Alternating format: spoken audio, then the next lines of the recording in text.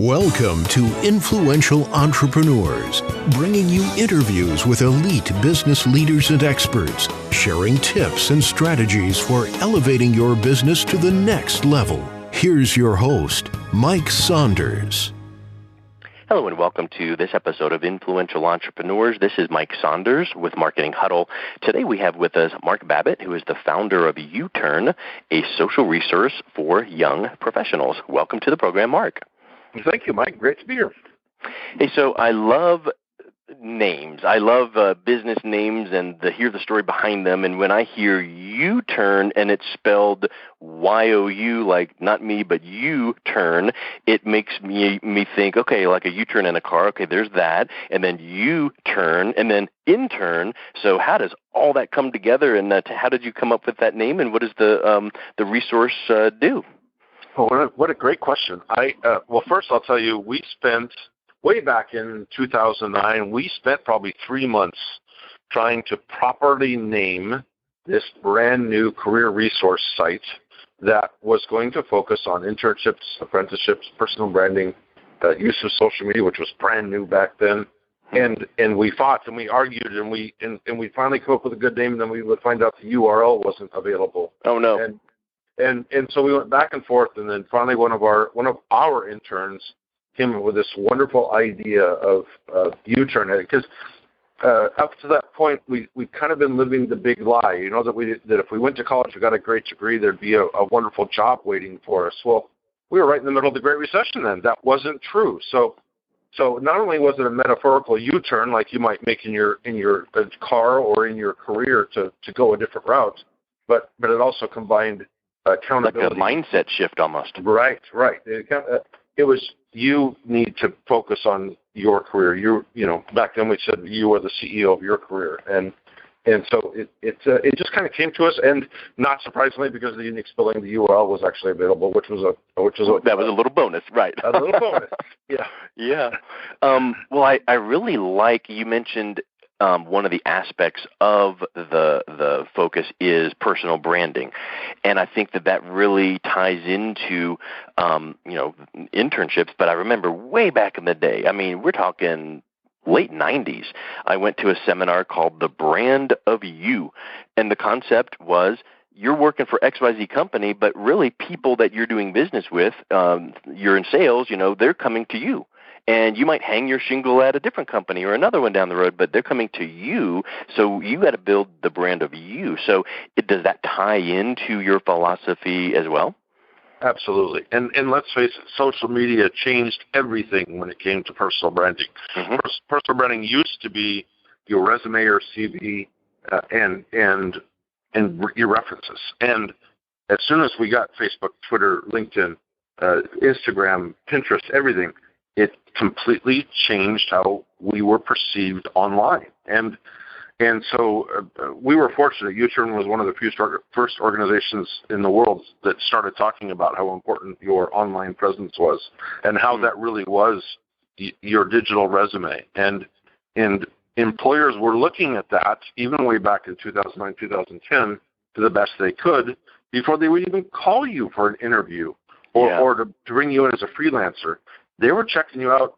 It's going on 10 years now. This has been happening. So, yes, the accountability factor in personal branding is immense, and I still don't think 10 years later that we've grasped how important that is.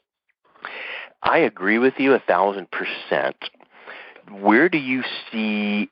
Like, for instance, I'm going to ask, where do you see it going in the next few years? But I'm going to preface it by saying, do you remember when everyone used to get so up in arms about Facebook's privacy settings and I think that finally people got over it to go, whatever you're doing online or social media, people, private or not, people can find it. It's out there, so get over it. So with that thought in mind, where do you feel like that, transparency, personal branding is going to go given where we are today? I mean, what's the next step?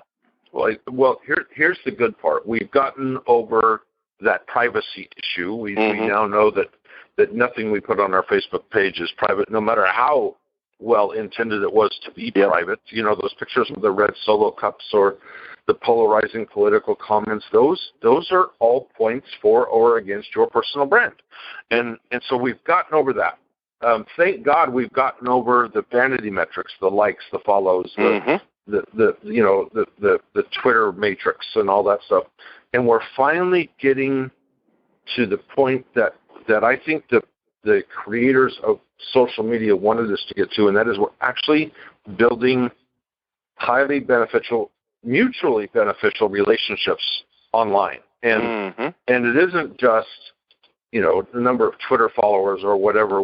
We're actually starting to focus on now on the quality of the relationships and providing value to people, and in some cases being just a good person, which I know is completely open to interpretation. Everybody has a different definition of that, but if we're not providing value, then we're wasting people's time. We're contributing to the noise that has become social and digital media, and that's the key. I agree with you, and there's a couple thoughts I was thinking of when you said that, one of which is a quick one. My friend, and I know you know Bob Berg, the author of The Go-Giver. Yes. I mean, I interviewed him a few months ago, and we keep in contact, and I know that that's everything he bases his brand on is giving value, and your monetary income is based on how much value you bring to the economy and how many people you serve, and it's not the gimme, it's the how much can I give. So I love that concept, and I know you just mentioned that too. Here's something that I think prefaces what building those relationships that you just mentioned, because I agree with you. There's have you ever met or heard of Judy Robinette? Yes. I mean, she preaches that as well about her book, and that's just awesome, how to build power strategic partnerships. Well, many times it's not the person down the road you can meet for coffee. Many times it is a digital relationship. I can jump on a Zoom or a Facebook Live, but here's where I think the current differentiator for millennials or any generation is, getting back to like Simon Sinek's why. Start with your why. What is your deal? What is your platform? What value are you bringing to the world / marketplace / potential employer if we're talking about interns? And if you can get that solidified and clarified and then start talking about that and maybe even throw in some flavor like a social responsibility, social cause, corporate sociability kind of a thing, like imagine a potential employer seeing you doing some Facebook Lives on your passion of fill in the blank, and they also see that you went down and volunteered at the soup kitchen or went over to, help out with building a Habitat for Humanity house. Now, all of a sudden, your personal brand is something a little bit different than someone that just has a blank or a couple bullet points on a resume. Well, that's it exactly, and that was actually the premise of our book that we wrote a couple of years ago now, called The World Gone Social. That your personal brand is the sum of what you do, not just for yourself, but for others. And it's amazing. We talk to CEOs, HR directors, everybody unanimously, no matter what level they were at, told us they wanted to find for their company somebody who was driven by some passion or another, a mission, and didn't just talk about it, but actually walk the talk. So the soup kitchen, cleaning up a beach, whatever it was, right? Helping kids, bringing in orphan dogs, whatever their personal mission was, they just wanted to know that person cared about something other than a paycheck, and that was that. And that it wasn't something that they just did for this interview, right? So, like for instance, they look back at your digital footprint and they're like, "Oh, well, he went and cleaned up the beach in 2014, and in 2015 they went down to they cleaned up the beach last week because they knew this interview was coming up." Isn't that a great point? We see it all the time, right? At YouTern, at our leadership site, Switch and Shift, soon to be Work IQ. We see the resumes, we see the personal branding statements. They say that they care so much about abused animals, but then you go to their Facebook page or their Twitter account, and you don't see them helping at the local shelter or the adoption agency. Instead, you see a picture of them at the football game with their shirt off with a big R on their chest, and they've obviously had 12 beers already. And it is a contradiction that, whether we like it or not, definitely impacts our personal brand. Yeah, you got it. So let's kind of shift a little bit and think about leaders today, CEOs, leaders in corporate America. If they know this, which they do, and if they were hearing this interview and hearing these pieces about, your digital footprint, why are they not implementing that in their organizations with, social and digital media? What's holding them back from either starting in the first place or releasing the reins? Because I'm sure you've heard of, these restrictive social media policies where it's like, oh, you guys can post on the company account, but you can't do this whole litany of whatever. You can only pretty much post, have a nice day. Well, what a great question. I'll tell you, it probably falls into three categories. One, and I'm a 57-year-old white male, so I'm throwing myself under the bridge here, but we call it old white guy disease, and we mean that quite literally. Old white males, boomer males, many of whom still think, oh, social media is for kids, and they still haven't quite grasped the power of that, so they haven't personally jumped into the fray. So that's one category. By the way, the companies that are bound by those social media policies are usually run by those guys, those Sure. people suffering from old white guy disease. Right? You'll never go to a young startup and have that kind of social media policy. It simply does not happen. So the second group are those who are still worried about the privacy settings, and I don't want to be vulnerable. I don't want people to see me with my family. I'm supposed to be the tough guy. I'm supposed to be the hard-driven woman, the career-centered female that cares about my career. And they don't seem to think that you can have this wonderful blend of personal and professional on their social media accounts. It's that lack of vulnerability that Brene Brown talked about so eloquently that holds them back. And then the last set of executives, and not just CXOs, but even those moving up the corporate ladder or starting their own companies, there's a group that's actually afraid of saying or doing the wrong thing on social media. And there's, the CEO who kicked the dog in the elevator. What's happened recently to Uber, and, this fraternity broad thing going on right now. It's, what happened recently to Delta Airlines. They're so afraid of being judged and so afraid of the social media lynch mob storming the gates that they just don't put themselves out there. And here's how to fix all of that. Just go be yourself. I mean, within reason, of course. Yeah. But just do the right thing and then talk about it. It's really that simple. And just a few years ago, Brandfog came out with a survey that 73% of consumers are greatly influenced by CEOs who have a strong presence on social media. So there's anecdotal evidence, there's bona fide studies, there's surveys, Gallup's taken this on, Pew Research has taken this on, and if we as leaders aren't on social media right now, aren't online, aren't writing a blog once in a while, then people are going to start asking why. Where's this guy? Why isn't he out there? I mean, Warren Buffett has 1.2 million followers on Twitter, but has never tweeted in his life. Right? People are starting to question the authenticity in that, even though that's a buzzword. And then you get the other end of the spectrum with certain key number one political figures using Twitter as their personal, wasteland of, you can go the other direction and just put too much stuff out there. But I think that if we keep balance, and like, for instance, there's obviously a difference between your Facebook account and your Facebook business page. So maybe on your Facebook account, you pepper in some business kind of stuff, but it's your personal Facebook. But then on your business page, and I'm talking not national corporations, but, small to medium-sized business, if you got your Facebook page, you're putting business stuff, and then you're peppering in some personal, oh, hey, we just went camping last weekend. It was awesome. Here's some pics. And it's not the whole focus, because now they're like, well, I thought this was what's your business. So I think that there's that balance. So is that what you see as well, is you've got to keep that in balance? Well, absolutely. And the real key to the whole thing is, even on your corporate account, show some humanity. Show that you care about something other than shareholder value. Right? Get out there and be real. And again, Delta Airlines just had this huge turnaround by taking a stand on the consumer issue. Wendy's has done amazing work on their national account just to be irreverent and funny and real. And there's even a story now about a 15-year-old young man that's taken over one of the big railway Twitter accounts in the UK, and he's just being funny.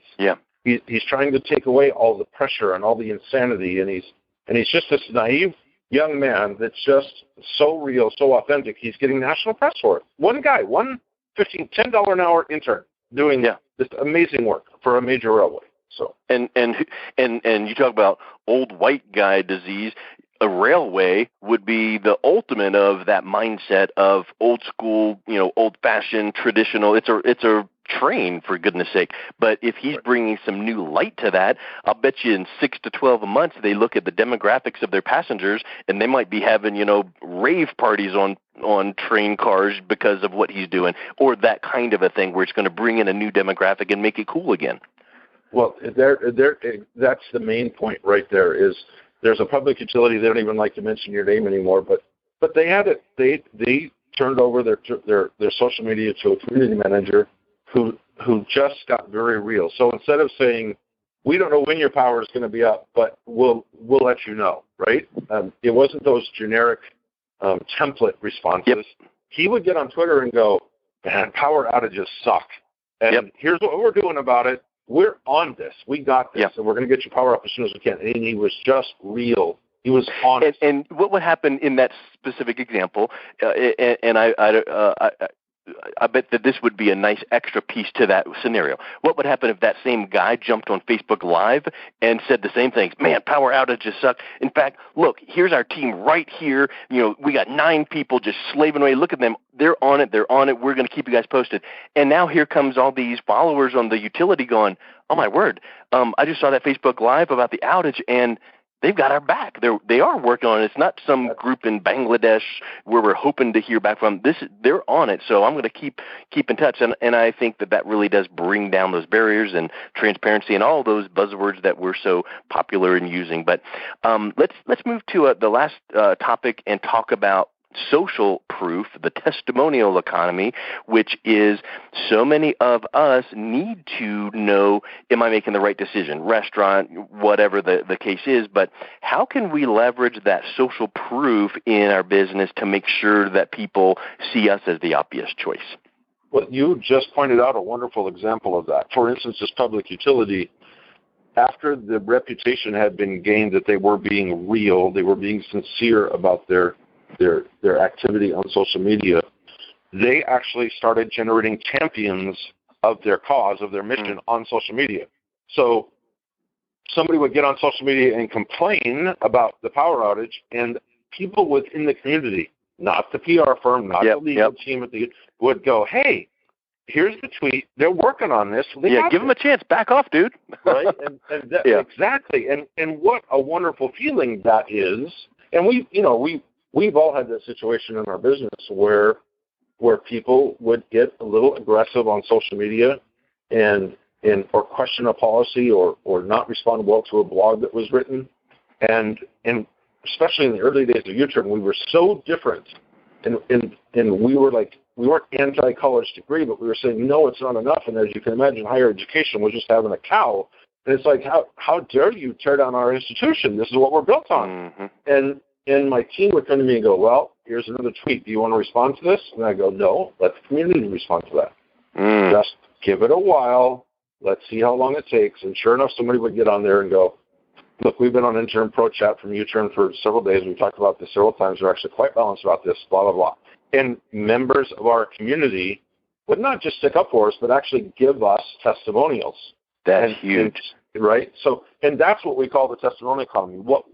If we would have gotten on Twitter during that time and said, no, you're wrong, and here's why we're right, which is, or got the marketing team or the legal team to create a 140-character quote that was defensive or full of spin, this argument would go on forever. And it does. Look at our number one, how do you put it, our number one leader of the free world. Yeah, I forget how I said it, but we know who we're talking about. Yeah, right? It's like, seriously? It's like, are you kidding me? It's like, but here's something interesting in the example you gave where one of the brand advocates, one of the tribe, as Seth Godin calls it, would advocate for you to step in and say, "Oh no, look, here's what's going on." What would happen if one or two comments like that were happening from the community, and then you guys from corporate stepped in to respond to one of their comments to go, "Oh, hey, Fred, thanks so much for that point. Yep, you're exactly right. Here's something else that we want to make sure you guys are aware of. Not only is Fred right when he said this, but we also blah, blah, blah, blah, blah." Then that reinforces that third-party affirmation, and then I think that's 10,000% even better than absolutely. just you guys putting out a spinned, statement. Well, it is, and it isn't just on Twitter or Facebook or LinkedIn groups or wherever this communication takes place. It's also, a lot of our businesses now are consumer-driven businesses. So there's reviews on Yelp, TripAdvisor, Angie's List, Porch.com, and the social proof that you can gain from just listening, being an active listener on these social channels and saying, "I am so sorry that you had a bad experience in our restaurant last night. I'm on this. I got this. And I want to invite you back. Please call me at blah, blah, blah. Let's talk about this." Mm-hmm. Right? You can erase 20 negative comments or the power of 20 negative comments with one positive one and just own it. Whatever the problem was, even if you don't agree, just say, "I really want to talk to you about this. We have to get this fixed. Please email me at blah, blah, blah." And the people that are reading that comment are also going to read the response, and they're going to go, "Oh, wow, that's a responsive business. I would go there again." And I can see their point on both sides. It's kind of a non-issue now that I see both sides of it. And man, within 24 hours they responded, and the brand can be communicated with that email address. And I know that if I ever had an issue, that I can reach out to. Hey, I appreciate that about that. Other than crickets, when someone just complains and the brand never steps in or never like we could talk for another hour and a half on the United, because back in the day, United breaks guitars. You ever heard of that story? Well, not only have we heard of it, it's featured as the first ever social media bonfire in our book. Yeah, it's now a Harvard Business Review case study. I mean, it is a massive thing, and they made mistakes. And do you think they learned from that? Oh, well, let's just look at the news in the last few months. So the point is, brands do need to own it and go, "Ugh, yep, you got it," and not ignore things. So I think that's I just have enjoyed our conversation so much. What's the best way that people can reach out to you, your brand, and just kind of learn more about everything that you guys do? What do you have going on? Any new books, new projects coming up? And what's the best way that people can reach out to you? Well, thanks for asking. So I still answer all my own email and all my own Twitter, so that's probably the best way to reach me. My email is mark@youtern.com, YOUTERN.com. You can find me often on Twitter. My Twitter handle is Mark S. Babbitt, Babbitt, and we're also going to be found soon on workiq.com. We're rebranding our leadership site, switch and shift to workiq.com. So check us out there too. Awesome, Mark. Thank you so much for your time on coming on the show today. Thank you, Michael. You've been listening to Influential Entrepreneurs with Mike Saunders. To learn more about the resources mentioned on today's show or listen to past episodes, visit www.influentialentrepreneursradio.com.